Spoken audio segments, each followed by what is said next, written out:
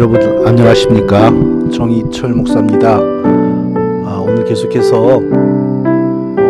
계속해서 이제 방언에 대해서 또 한번 살펴보겠습니다. 요즘 보니까 한국의 어떤 여자 목사님도 요즘 여자 목사님들이 좀 심각해요. 보니까 그렇게 방언에 대해서 성경에 근거 없는 자기 감성, 자기 주장을 하면서 사람들을 그렇게 막 현혹을 하는 거예요. 네, 정말 심각합니다. 오늘 제가 말할 내용도 저로서는 전혀 새로운 내용은 아닙니다. 수없이 말했던 건데 성도님들이 한번 차에 틀어놓고 운전하시거나 주무시기 전에 그냥 틀어놓고 주무신다거나 그런 방식으로 한번 들어보시면 분명히 유익이 될 것이라고 확신을 합니다. 자, 그러면 오늘 계속해서 지난번에 이어서 살펴보겠습니다. 기독교의 방언 두 가지 기능. 기독교의 방언은 두 가지의 기능을 가집니다. 첫째, 방언은 이방인도 하나님 백성 되는 시대가 시작된다는 것을 선포하는 하나님의 표적. 방언은 이방인도, 그러니까 지금 관점이 아니라 2000년 전 지상교회가 시작이 될 때 이방인도, 그때 이제 지상교회는 유대인들을 중심으로 처음에 시작이 되었지 않습니까? 그러니까 패러다임이라고, 시대의 패러다임이라고 하는 것이 있는데, 그때는 이방인들이 자유롭게 교회에 나오고 또 하나님이 이방인들을 자기 백성으로 부르셨다, 이런 거에 대해서는 유대인들이 상상이 안 되고, 혹시 알았다 할지라도 다른 유대인들로부터 받는 비난이 무서워서 이방인들하고 밥도 안 먹어요. 베드로가 그랬지 않습니까? 그래서 후배 사도 바울에게 한국말로 뒤지게 혼났잖아요. 베드로가 고참이 신참에게 아주 뒤지게 혼났어요. 왜? 진리를 스스로 부정하고 이방인들하고 어울리지 않는 것처럼 행동을 했으니까. 방언은 기본적으로 유대인들에게 하나님이 보여주는 표적이에요. 무슨 표적? 지금부터는 예수 그리스도를 믿는 이방인들도 내 백성이고, 유대인이건 이방인이건 구별하지 않고 하나님의 자녀가 되는 새로운 시대가 시작된다라는 사실을 선포하는 하나님의 표적입니다. 근데 그 표적이 선포된다는 것은 유대인들에게는 쇼킹하죠. 특히 예수 안 믿는 유대인들에게는 뭐야, 그러면 우리는 버려진 거야? 이방인들이 우리 자리 차지하고 우리는 버려진 건가? 이렇게 이제 분노하겠죠. 분노할 때 성령이 역사하면 또 충격을 받아서 회개할 수 있고 하나님께 돌아올 수도 있죠. 그런 일이 실제로 많았습니다. 그러나 하나님이 그런 표적을 주심에도 불구하고 예수 그리스도를 끝까지 거절하면 그때부터 유대인들도 버려진 다른 이방인들하고 다를 것이 없는 거죠. 그때부터는. 자, 방언의 두 가지 기능. 첫째, 이방인도 예수 믿고 구원받고 하나님의 자녀가 되는 새로운 시대가 도래했다. 왜 이방인 말로 하나님이 말하는가? 이방인들을 유대인들에게 생각나게 하는 겁니다. 그러니까 방언은 기본적으로 유대인들이 그리스의 전도 갔는데 그리스 말이 어려우니까 그리스 말로 복음 전하게 한다, 이런 개념이 아니에요. 그건 그리스 말을 배워가지고 선교해야죠. 유대인들에게 하나님께서 너희들 자세 바꿔, 패러다임 시프트해, 유대인들만 하나님의 자녀가 아니야, 이제는 이방인들도 예수 믿으면 내 백성이 돼, 이것을 선포하는 표적이고, 또 유대인들, 그리스도를 끝까지 거절하는 유대인들에게는 저주하는 거죠. 버려진다는 거예요. 이제 예수 안 믿으면 유대인이라도. 이제 조금 후에 더 자세히 설명하겠습니다. 그리고 기본적으로 그 방언이, 하나님이 외국말로 말씀하시는 방언이 통역돼 가지고 교회 앞에서 증거될 때 교회에 주시는 말씀이 되는 거죠. 예언과 같아지는 거죠. 그때는 하나님이 외국말로 하시는 것을 이스라엘 사람들이 알아듣는 말로 통역하면 그것은 사도 바울이 또는 사도 베드로가 이스라엘 사람들의 말로 설교하고 글로 쓰는 것하고 똑같은 효과를 가져오는 거죠. 그러니까 방언은 기본적으로 하나님이 주시는 말씀인데 특별히 표적으로서의 말씀이다. 무슨 표적? 이제는 이방인들도 예수 믿으면 내 백성이 되는 시대, 유대인이라 할지라도 예수 믿지 않으면 버려지는 새로운 시대가 도래했다. 자, 둘 다 결국 뭐죠? 하나님의 교회를 지상에 세우는 일을 한 겁니다. 둘 다 그 기능이 하나님의 교회를 지상에 세우는 일을 했다. 방언이 어떤 교회? 이방인이건 유대인이건 예수 믿는 사람이 하나님의 자녀가 된다. 그래서 교회의 일원이 된다. 이것을 방언을 통하여 하나님이 보여주신 겁니다. 자, 우리가 생각해야 될 것은요. 고린도의 방언은 그래도 뭔가 달랐지 않습니까? 개인적으로 하나님께 신비한 언어로 말하고 뭐 그런 거 아닌가요? 사도행전의 방언은 없어도 오늘날 고린도의 방언은 있는 거 아닌가요? 이제 이렇게 막 나오잖아요. 자, 그런 사람들이 우리가 뭘 가르쳐야 되냐 하면요. 고린도 교회는 이미 이단에게 거의 넘어간 심각한 상태였습니다. 그때가. 사도는 바로 그 상황을 정리하고 바로 잡기 위하여 방언에 대해서 논의를 시작을 한 것입니다. 이 상황을 바르게 우리가 이해를 하고 설명을 해야 됩니다. 자, 그걸 어떻게 알아요? 고린도 교회가 이단에게 완전히 거의 점령을 당했다는 거. 자, 고린도 전서, 고린도 후서 약 5개월 차이, 시간적인 차이. 그러니까 고린도 후서 상황과 고린도 전서의 상황은 같아요. 만일 누가 가서 우리가 전파하지 아니한 다른 예수를 전파하거나 혹은 너희가 받지 아니한 다른 영을 받게 하거나 혹은 너희가 받지 아니한 다른 복음을 받게 할 때 너희가 잘 용납하는구나. 네. 다른 예수, 다른 영, 다른 복음, 간단히 두 글자로 말하면 이단이 되겠습니다. 이단이 들어와서 너희들을 유린했는데 너희들은 좋아하고 잘 아주 넘어가더구나. 사도 바울이 이렇게 책망하는 거예요. 그런 사람들은 거짓 사도요 속이는 일꾼이니 자기를 그리스도의 사도로 가장하는 자들이니라. 거짓 사도로 가장하는 자들. 이걸 두 글자로 말하면 뭐죠? 이단이 아주 고린도 교회를 꿀꺽 삼켰고 고린도 교회 사람들은 아주 이단에게 포로된 상황에서 이상한 방언을 하고 있으니까 사도가 이걸 바로 잡는 거예요. 누가 너희를 종으로 삼거나 잡아먹거나 빼앗거나 스스로 높이거나 뺨을 칠지라도 너희가 용납하는도다. 이게 어떤 사람들의 특징이죠? 이단에 사로잡힌 사람들, 신천지에 사로잡힌 사람들 보세요. 재산 다 갖다 바치면서도 감사합니다. 여기 떠나면 구원이 없어요. 이러고 살잖아요. 신옥주라고 하는 이단에게 막 뺨을 맞잖아요. 타작마당이라 그러면서 감사합니다. 여기를 떠나면 구원이 없어요. 이단에게 사로잡히면 그렇게 되는 거예요. 누가 너희를 종으로 삼거나 잡아먹거나 빼앗거나 스스로 높이거나 뺨을 칠지라도 너희가 용납하는도다. 똑같은 일이 벌어졌죠. 고린도 교회가. 이제 고린도 교회가 이단에게 거의 점령이 돼버린 거예요. 바로 그 상황 속에서 이상한 방언이 고린도 교회를 지배하고 있으니까 사도 바울이 빨리 가가지고 방언을 편지로 방언과 여러 문제를 바로 잡은 겁니다. 그러니까 이 고린도 전서에서 방언에 대해서 이게 과연 사도 바울의 신학이 맞는가? 이게 사도 바울의 말이 맞아? 딴 사람 말 아니야? 하는 생각이 드는 알쏭달쏭한 내용들이 막 나와요. 그거 어떻게 이해를 해야 될까요? 우리가 이렇게 이해를 해야 돼요.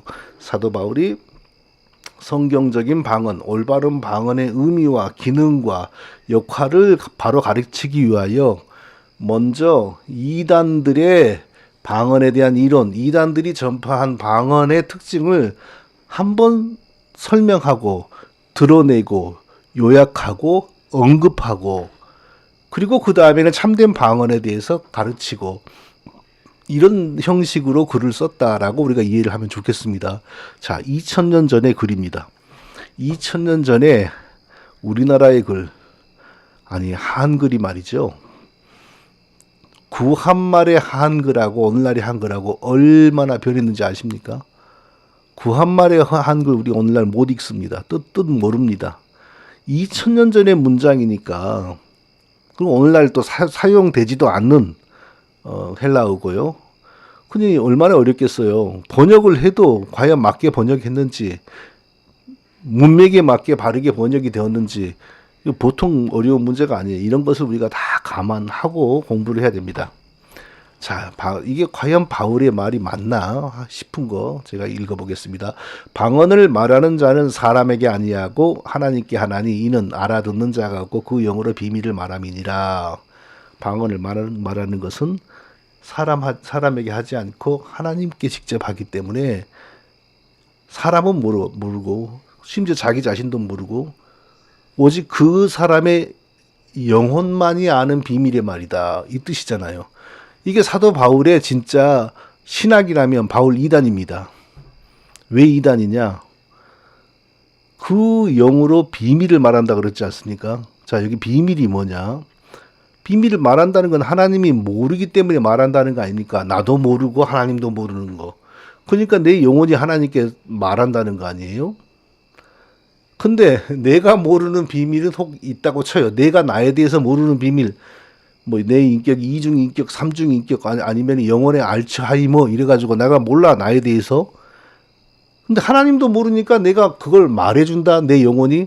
이게 가능해요? 이건 이단들 신비주의 사이비 세계에서나 통하는 개념이죠. 하나님이 뭘 몰라서 사람이 자기의 비밀을 하나님께 자기도 모르는 말로 해요? 아니에요. 이런 것은 바울의 사상이 아니고 이건 당시 이단들의 방언 사상이다. 우리가 이렇게 이해를 해야 됩니다. 그리고 이게 진짜 바울의 진짜의 어떤 그 신학이라면 바울이 이단이다. 그러나 바울이 이단일 수가 없잖아요. 근데 자, 이게 고린도전서 14장 2절입니다. 14장 3절을 읽어볼게요. 그러나 이제 반전이죠. 예언하는 자는 사람에게 말하여 덕을 세우며 권면하고 아니하는 것이요. 사람에게 말하는 덕을 제가 아무래도 이거 번역을 잘못 쓴 것 같아요. 그러나 예언하는 자는 사람에게 말하여 덕을 세우며. 자, 여기서 예언하는 자는 하나님의 말씀 전하는 자 이 뜻입니다. 예언하는 자, 하나님의 말씀 전하는 자, 하나님으로부터 말씀 받아서 전하는 자. 이게 방언도 하나님이 말하게 하니까 방언이 나오는 거 아닙니까? 그러니까 방언과 예언을 지금 같은 차원에서 설명을 하는 거예요. 같은 카테고리 안에 넣는 겁니다. 방언은 단지 하나님이 이방인의 언어로 말하고 예언은 단지 우리가 아는 모국어로 말하고. 그런데 사람에게 말하여 덕을 세우고 권면하고 아니하는 것이요. 그러니까 이것은 뭐 한다고요? 하나님에게 무슨 비밀을 말하는 게 아니고 하나님이 나를 통하여 사람에게 교회에게 말하여 덕을 세운다. 이 말은 공동의 유익을 누리게 하고 권면하고 아니하고 쉽게 말하면 가르치는 것이고. 그러니까 이거예요. 2절에서는 전혀 이해할 수 없는 도저히 바울답지 않은 말을 했다가 3절에서는 제대로 된 말을 한단 말이에요. 그러니까 2절은 이단들의 사상이요. 3절은 이단들의 사상을 뒤집어서 참된 하나님의 말씀을 설명하는 것이고 이렇게 이해를 해야 돼요. 방언과 예언을 같은 카테고리 안에 하나님의 계시가 담겨져 있는 계시를 전하는 은사 이렇게 지금 놓고 설명하는 겁니다. 자, 4절로 갑니다. 방언을 말하는 자는 자기의 덕을 세우고. 이게 바울의 진짜 신학이라면 바울이 이단입니다. 왜? 성령의 모든 은사 가운데 그 개인에게 덕을 위하여 있는 은사는 기독교에서 존재하지 않습니다. 성령의 모든 은사는 반드시 하나님의 교회를 위해서 있습니다. 그런데 방언을 말하는 자는 자기의 덕을 세우고 자기의 유익을 세우고 이거잖아요. 이게 이단 사상입니다. 이단이 별거 아니에요. 바로 이런 게 이단입니다. 내 영혼, 내 인격은 몰라도 내 영혼이 알고 유익을 누리기 때문에 계속해야 된다. 이게 바로 이단 사상입니다. 뭐 잘못된 정도가 아니고 이걸 인정하고 하면 이미 이단되고 사단에 잡히게 되고 좋은 말로 말하고 부드럽게 말하면 예쁜 귀신의 충만을 누리는 겁니다. 이게. 자, 여기서도 방언과 예언을 지금 같은 카테고리 안에 두잖아요. 방언을 말하는 자는 자기의 덕을 세우고 예언하는 자는 교회의 덕을 세우나니. 자, 방언과 예언은 다 하나님이 주시는 말씀인데 방언은 이방인의 언어로 예언은 우리나라 말로. 근데 여기 4절은 참 이상한 내용이에요. 바울답지가 않아요. 근데 5절로 가봅시다. 방언을 말하는 자가 만일 교회의 덕을 세우기 위하여 통역하지 아니하면 예언하는 자만 못하니라. 방언하는 자는 반드시 교회의 덕을 세우기 위하여 통역을 해야 된다. 자, 앞에서는 이게 벌써 여기서 바울이 말이라면 모순이 벌어지잖아요. 방언을 말하는 자는 하나님께 말하는 자, 하나님께 말하니 알아듣는 자가 없고 영으로 비밀을 말한다. 그랬던 사람이 어떻게 방언을 말하는 자는 교회의 덕을 세우기 위하여 통역을 해야 된다. 또 이렇게 말을 해요. 그러니까 이것은 바울의 말이, 이단의 말과 바울의 말이 섞여 있는 거라고 봐야 돼요. 그리고 바울이 이단의 주장, 방언 주장을 드러내면서 참된 방언에 대해서 설명을 하고 지금 이렇게 하는 거다라고 이해를 해야 돼요. 그러니까 방언을 하는 사람이라면 반드시 통역을 해서 교인들이 함께 듣게 해야, 하나님의 말씀을 듣게 해야 돼요. 근데 통역이 안 돼? 그건 하나님이 주신 게 아니에요. 하나님이 주신다면 반드시 통역하는 사람도 있게 해요. 근데 통역하는 사람이 없어요. 근데 방언이 나와? 그래서 하나님이 주신 것이 아닙니다. 누가 줬을까요? 예쁜 귀신이 주신 충만이, 주신 게 아니라 예쁜 귀신이 넣어준 거기 때문에 뜻이 없어요. 통역 자체가 불가능해요. 통역한다는 사람이 10명을 세우면 누구는 뭐 취직하게 해주셔서 감사, 누구는 질병을 고쳐주셔서 감사, 누구는 근심해서 해방시켜주셔서 감사. 뜻이 10명이 통역하면 10가지의 뜻, 100명이 통역하면 100가지의 뜻이 나와요. 자, 이처럼 고린도전서에서 바울이 말하는 너무 이상한, 이단들이 좋아할 만한 내용, 이건 바울의 말이 아니고 고린도 교회에 들어온 이단들의 방언 이론을 바울이 한번 요약하고 그걸 반전으로 뒤집어서 물리치고 이런 내용이라고 이해를 해야 됩니다. 그리고 이런 내용들 정말 오용이 심하죠. 내가 만일 방언으로 기도하면 이 말은 꼭 바울이 방언으로 기도도 할 수 있다는 것처럼 들리잖아요. 그런데 이건 근본적으로, 자, 우리말로 내가 만일 방언으로 기도하면 이렇게 생각하지 않고 이 시대에 이 헬라어 문법에 의하면 전혀 방언이라는 것은 모르는 사람이 하는 표현이 바로 이런 표현이다. 한국말로는 이게 분별이 안 되죠. 영어에서 있잖아요. If I were a bird. 내가 만일 새라면, 네, 제가 지금 맞게 기억하나요? If I, 하여튼 내가 I would fly to you. 내가 너에게 날아갔을 텐데. 자, if, 그러니까 마치 한국말로는 그게 가능한 것처럼 들리지만 사실 영어에서는 전혀 불가능한 것, 전혀 현실성이 없는 것을 말하는 거예요, 지금요. 그러니까 이 헬라어에서 똑같은 거예요. 내가 만일 방언으로 기도하면 이것은요. 방언과는 아무 상관이 없는 사람이 이렇게 말하는 거예요. 나의 영이 기도하거니와 내 영이 기도한다. 이건 바울의 신학이 아니에요. 영의 기도라는 건 없어요, 바울에게. 인격의 기도, 사람은 인격의 존재입니다. 인격은 어떻게 발생합니까? 육체와 영혼이 결합됨으로 인격이 발생하죠. 그러니까 우리 신앙은 다 인격에 근거한 신앙이에요. 인격적으로 하나님을 만나요. 인격적으로 기도해요. 인격적으로 찬송해요.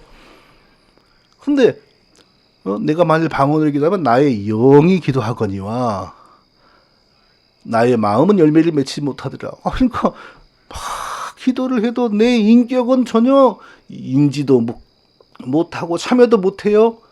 이런 기도는 기독교에 없어요. 예수님이 이런 기도했습니까? 바울이 이런 기도를 했습니까? 베드로가 이런 기도를 했습니까? 자, 예수님이 기도를 어떻게 했어요? 그게 왜 우리에게 중요합니까? 제가 지난번에 한번 말씀드렸죠. 신구약 66권의 성경의 모든 신학과 사상과 교리가 실체화된 가장 완벽한 성도가 누구냐? 인간 예수 그리스도입니다. 그러니까 성경의 말씀이 해석이 어려우면 인간으로 오신 예수 그리스도, 성육신하여 인간으로 오신 예수 그리스도께서는 어찌하셨는가? 예수님이 언제 방언으로 기도했습니까? 언제 영으로 기도하고 자기도 모르는 그런 기도를 한 적이 어디가 있어요? 이것은 그러니까 바울과는 무관한 어떤 그 신비주의 이단적인 것을 지금 바울이 표현하고 있는 겁니다. 내가 너희 모든 사람보다 방언을 더 말함으로 하나님께 감사하노라. 이것도 오늘날의 방언 기도를 잘한다는 뜻이 아닙니다. 벌써 방언을 말함으로 그랬잖아요. 이거 원어 찾아보고 영어 찾아보고 해보세요. 사람이 사람을 상대로 랭귀지를 구사하는 표현입니다. 그러면은 왜 바울은 사람들을 향하여 더 많이 방언을 잘한다라고 지금 스스로 말합니까? 얼른 보세요. 바울이 로마에 가서는 로마 말로, 그리스에 가서는 그리스 말로, 터키에서 자랐으니까 터키에서는 터키 말로, 이스라엘에 오면 이스라엘의 히브리 말로, 벌써 네 가지 언어로, 네 가지 방언을 하네요. 말하네요. 그리고 오매불망 스페인 서바나 가려고 했어요. 스페인 말도 하나도 못하면서 스페인 가려고 했을까요? 스페인 말도 어느 정도 했으니까 가려고 한 거죠. 스페인 말, 벌써 바울은 스페인 말, 로마 말, 그리스 말, 또 뭐야 헬라 말, 헬라 말과 그리스 말이 똑같은 거죠. 그리고 히브리 말, 예. 이 정도로 여러 외국어를 잘했단 말이에요, 바울이. 그 말인데 이게 무슨 신비한 방언을, 뭐 방언도 그러면 일본 방언, 예? 한국 방언, 중국 방언, 파키스탄 방언, 뭐 그런 종류가 많다는 거 아니에요? 지금 이 사상에 의하면 말이 안 되는 거죠.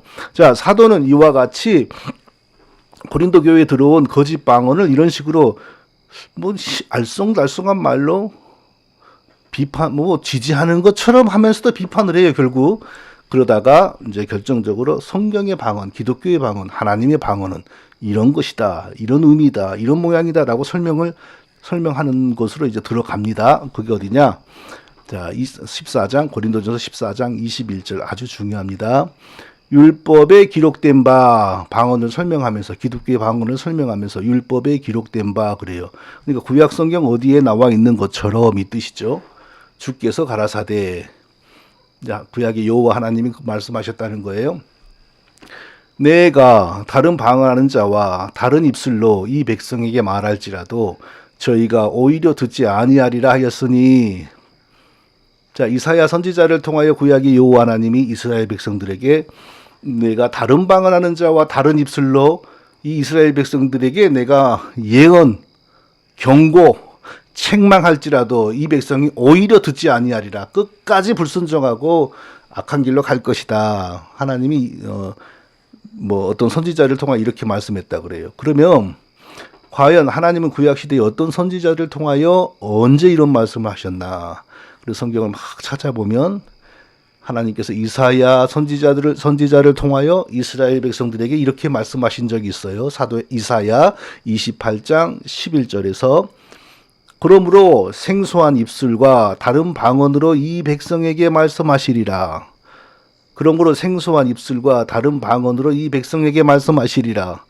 꼭 마치 하나님이 어떤 선지자에게서 방언이 터지게 하여 아주 희한한 말로 하나님의 말씀을 전하게 한다라고 보이잖아요. 그게 뜻이 전혀 아닙니다.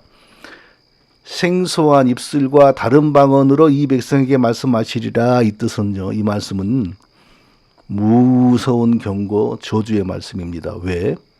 결국 이스라엘 백성들이 알아듣지 못하는 말을 하는 외국의 사납고 무섭고 포악한 군대가 와서 이 백성에게 말씀하시리라, 이 백성에게 말씀하시리라, 이것이 어떤 입으로 말한다는 게 아니라 하나님의 뜻을 보여준다라는 거예요. 역사 속에서 어떻게 이것이 실현되었습니까? BC 586년에 568년인가요? 586년인가요? 뭐 이렇게 연도가 헷갈리네요.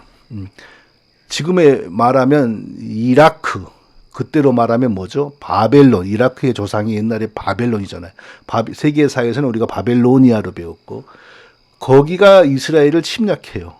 그리고 예루살렘 성을 에워싸고 나서 결국은 무너뜨리고 성도 회파하고 성전도 회파하고 이스라엘 백성들 대부분을 포로로 끌고 가서, 옛날에 당나라가 우리 고구려, 신라, 백제 사람들을 끌고 가가지고 노예로 부렸던 것처럼 그렇게 했잖아요.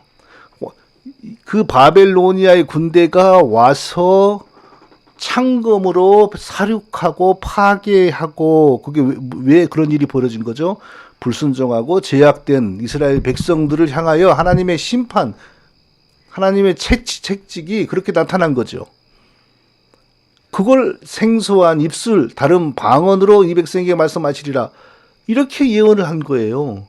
그리고 지금 신약시대에 와서 기독교의 방언을 설명할 때 사도 바울이 바로 그 말씀을 인용하여 율법에 기록된 바 주께서 가라사대 내가 다른 방언하는 자와 다른 입술로 이 백성에게 말할지라도 저희가 오히려 듣지 아니하리라. 이렇게 지금 기독교의 방언을 구약과 연관시켜서 설명을 하는 겁니다. 무슨 뜻입니까? 구약 시대에서는 불신앙하고 악하고 교만하고 회개하지 않은 유대인 조상들을 하나님이 외국말 하는 군대를, 알아듣지 못하는 말하는 군대를 보내가지고 창검으로 하나님의 말씀을 증거했어요. 그 심판을 행한 거죠. 저주를 퍼부은 거죠. 그것을 그대로 가지고 와서 신약의 방언을 설명한 거예요. 왜? 하나님이 왜 이방인의 말로, 유대인 입장에서 이방인들의 언어로 하나님이 그리스도에 대해서 말하는 이 방언의 은사를 왜 보여주시냐? 너희가 그리스도를 거부하니 너희들은 이제 저주받았어. 누가? 유대인이라고 자부하면서 그리스도를 거부하는 사람들에게. 유대인들이 다 그런 건 아니죠. 유대인 가운데 뭐 베드로나 이런 사람들이 예수 믿었잖아요. 그러니까 그들에게 한 말이 아니라 계속 그리스도를 거절하고 하나님 앞에서 교만한 자들, 유대인들에게, 이방인들이 이제 내 백성이야. 옛날에는 내가 창으로 이방인 군대를 보내가지고 너희 조상들을 쳐 죽였지만 이제는 예수 믿는 이방인들을 내가 사랑하고 내 자식으로 삼고 예수 믿지 않고 끝까지 나에게 불신앙과 거역을 행하는 유대인 너희들은 이제 영원히 버려지는 거야. 이게 바로 방언을 통하여 하나님이 보여주시는 표적, 저주의 표적이에요. 유대인들에게, 불신앙 유대인들에게는 저주의 표적입니다. 그러니까 방언은 반드시 유대인들 입장에서 이방인의 언어일 수밖에 없어요. 뭐 하늘의 언어, 엘렐렐레 오여세 센노리세 기까까 오랄랄라 엘렐렐레 우알라스테 센노리세 히빠빠, 뭐 이런 게 아니에요. 저거 로마 말인데, 그러니까 사도행전 2장에서 뭐 로마에서 살다가 온 유대인들이 저거 로마 말인데, 뭐 어디 고린도에서 그리스에서 살다가 온 유대인들은 저거 그리스 언어인데, 지금으로 말하면 미국에 사는 유대인이 한국에 가서 추석을 새로 갔더니 갑자기 한국에서 파고다 학원에 그림자도 안 밟았던 사람이 영어로 막 하나님의 말씀을 증거하는 거예요. 그러니까 제가 가가지고 저게 저 사람이 지금 초등학교도 안 나오고 파고다 학원 근처도 안 가봤는데 미국 말로 지금 성경을 이야기하네. 이게 벌어진 거죠. 그걸 통해 하나님이 이제는 예수 믿는 이방인들이 하나님의 백성이 되고 예수 믿지 않는 유대인들은 버려진 거야. 저주 받은 거야. 영원히 심판받는 거야. 이것을 지금 보여준 겁니다. 자, 그러니까 방언은 반드시 유대인이 있는 곳에 나와야 돼요. 예, 유대인에게 경고가 되고 표적이 되고 심판의 사인이 돼야 되니까. 유대인이 없는 곳에서, 그러니까 뭐 북극의 에스키모들에게 가서 전도하려고 했더니 에스키모하고 말이 안 통해. 그래서 성령이 갑자기 에스키모 말로, 그런 건 없어요. 그런 건 없어. 근데 만일에 에스키모 동네에 유대인들이 10명이 사는데 그 유대인들이 우리만 하나님의 백성이야. 이 에스키모들은 저주받은 짐승 것 같아. 막 이런 생각을 가지고 구약의 율법만 붙들고 있으면은 하나님이 에스키모 말로 그 유대인들이 듣도록 심판의, 그 자체가 심판의 경고가 되는 거죠. 그리스도를 설명할 수도 있겠죠. 그러나 유대인에게 유대인과 전혀 상관이 없는 어떤 상황에서 갑자기 그 외국말이 나온다? 이건 기독교의 방언이 아닙니다. 방언은 그런 용도로 오지 않았어요. 자, 그러면 그 다음 구절에 자, 그러므로 고린도전서 14장, 그러므로 방언은 믿는 자들을 위하지 않고, 이 말이 뭐예요? 여기서 믿는 자들은 우리 옆집 아파트에 교회 다니는 사람 그 뜻이 아니고 예수 믿는 자들을 위한 것이 아니고 유대인들 가운데 예수를 받아들이는 유대인들에 관련된 것이 아니고 이 뜻입니다. 믿지 아니하는 자들을 위한 표적이나, 그러니까 이것도 우리 아파트 왼쪽 아파트는 교회를 안 다녀. 그러니까 그 집 뒷문 앞에 갖고 엘렐렐레 오 여세 센노리세 히빠빠 엘렐렐레 우알라스 때 새벽마다 이러면 그 믿지 않은 아파트의 사람들이 하나님 믿어야지, 하나님 안 믿으면 지옥 갈 것 같아라고 각성하여 교회 나온다 이 뜻이 아니고, 유대인들 가운데 끝까지 율법주의 타령만 하고 예수 믿지 않으려고 하는 사람들에게 하나님이 방언으로 예수를 설명함으로 그 유대인들이 이제 나는 이방인보다 못한 자가 되었고 나는 버려지는구나 라는 표적이 되었다는 겁니다. 자, 그리고 예언은 믿지 아니하는 자들을 위하지 않고 믿는 자들을 위함이니까, 예언은 이미 하나님을 믿는 자들에게 더 그리스도를 잘 믿도록 설명해 주는 게, 모국어로 설명해 주는 게 예언이고, 방언은 유대인들 가운데 예수 안 믿는 자들에게 너 끝까지 예수 안 믿으면 너는 버려져 영원히 지옥에 가. 옛날에 이라크 조상 바벨로니아 군대가 창으로 칼로 너희 조상을 찔러 죽였잖아. 하나님의 심판이 그렇게 왔잖아. 그런데 지금은 그런 식으로 오는 게 아니라 영적으로 와. 영원히 하나님과 멀어지는 거야. 이게 바로 방언이 통역하면은 하나님의 말씀이 되고, 통역하기 전에 벌써 그 자체가 심판, 경고, 저주에 쌓인, 누구에게? 믿지 않은 유대인들에게. 그러니까 방언은 유대인들에게 주는 경고이고 동시에 통역됨으로 하나님의 말씀을 듣고 더 풍성한 은혜를 누리게 되는 것. 지금 제가 설명을 정말 열심히 하는데 대개 보면 3분의 1 정도의 제 설명을 듣는 분들 가운데 3분의 1 정도가 이해를 하시고 3분의 2는 빨리 이해를 안 되는 것 같아요. 나중에 또 자꾸 생각을 해보시다가 이해가 되더라고요. 자, 제가 지금까지 방언은 반드시 유대인들에게 어떤 목적을 가지고 하나님이 주시는 거다. 그러니까 뭐 에스키모 북극에 뭐 남극에 갔는데 원주민들하고 대화가 안 되니까 하나님이 갑자기 방언을 주신다, 이런 거 없어요. 유대인들에게 심판의 사인이 되면서 동시에 하나님 말씀 전하는 게 방언입니다. 자, 과연 사도행전에 이 원리에 맞게 방언이 나왔는지를 확인해 보면 되잖아요. 사도행전 2장, 사도행전에서 방언이 3번 등장하잖아요. 사도행전 2장, 사도행전 10장, 사도행전 18장. 사도행전 2장 어떤 상황이었습니까? 온 세상에 흩어져 살던 유대인들이 유월절 명절을 지키려고 예루살렘에 모였잖아요. 근데 예루살렘에 모였는데 갑자기 갈릴리 어부들, 무식한 자들, 초등학교도 안 나오고 외국어 학원 근처에도 안 가봤는데 갑자기 외국말로, 하나님의 영에 붙들려서 외국말로 예수님에 대해서 말을 해요. 그러니까 거기가 온 유대인들이 충격을 받아서 저들이 어떻게 내가 사는 외국말을 하냐, 그러면서 그러면 어찌할꼬 하다가 사도 베드로가 딱 나서가지고, 그러면 너희들은 십자가에 달린 주 예수 그리스도를 믿음으로 구원을 얻을 수 있다. 그러니까 그날 3,000명의 유대인들이 돌아오잖아요. 회개하고 세례받고. 그러니까 벌써 첫 번째 방언, 유대인들 개종, 유대인들 회개, 유대인들에 대한 하나님의 심판의 표적. 그러니까 유대인들이 막 팍팍 돌아섰잖아요. 자, 그리고 두 번째 방언, 사도행전 10장.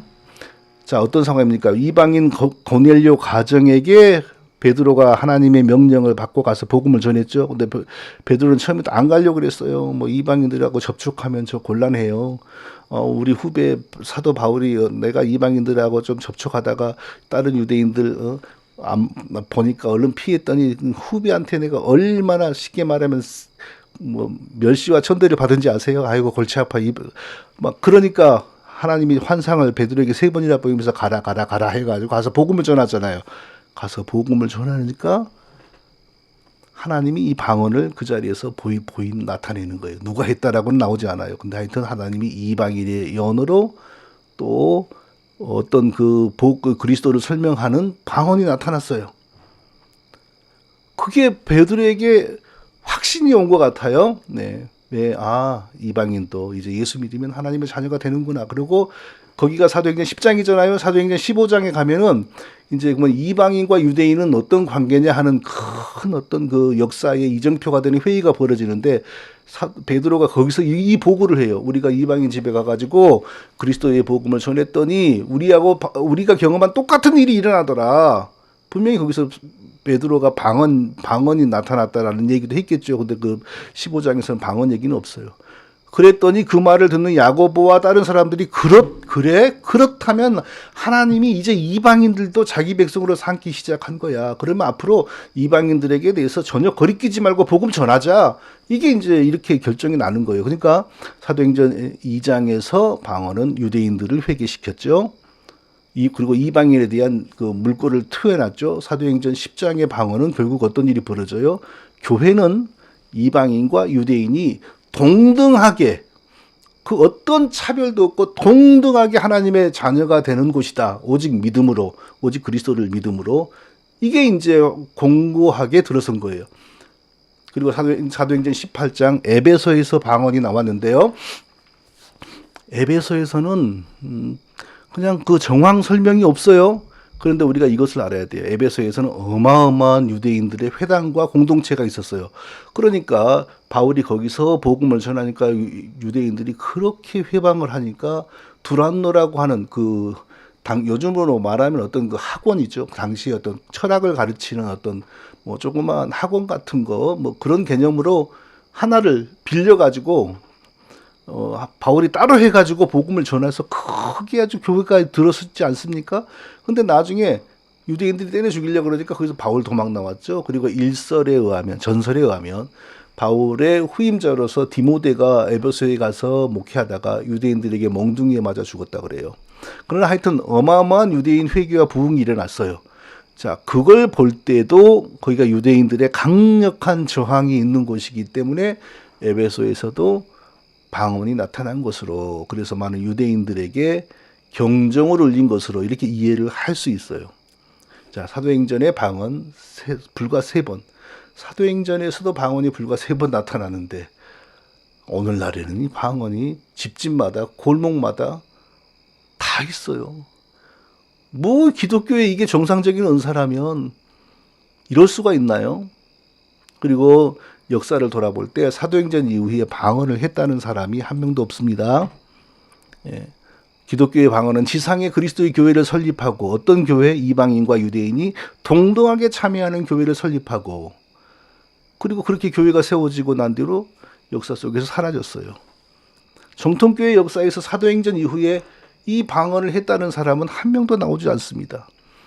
그러니까 사도행전 이후에 뭐 이레네우스, 어거스틴 이런 훌륭한 교회 지도자들이 방언에 대해서 뭐 일장 연설을 한 적은 없어요. 근데 그들이 쓴 글 속에서 방언이 언급되는데 어떤 내용이냐? 지금 방언이 있다 이런 게 아니고 유대인들에게 특별한 의미가 있었던 방언이 옛날에 있었다는데 지금은 없다. 이런 내용만 나와요.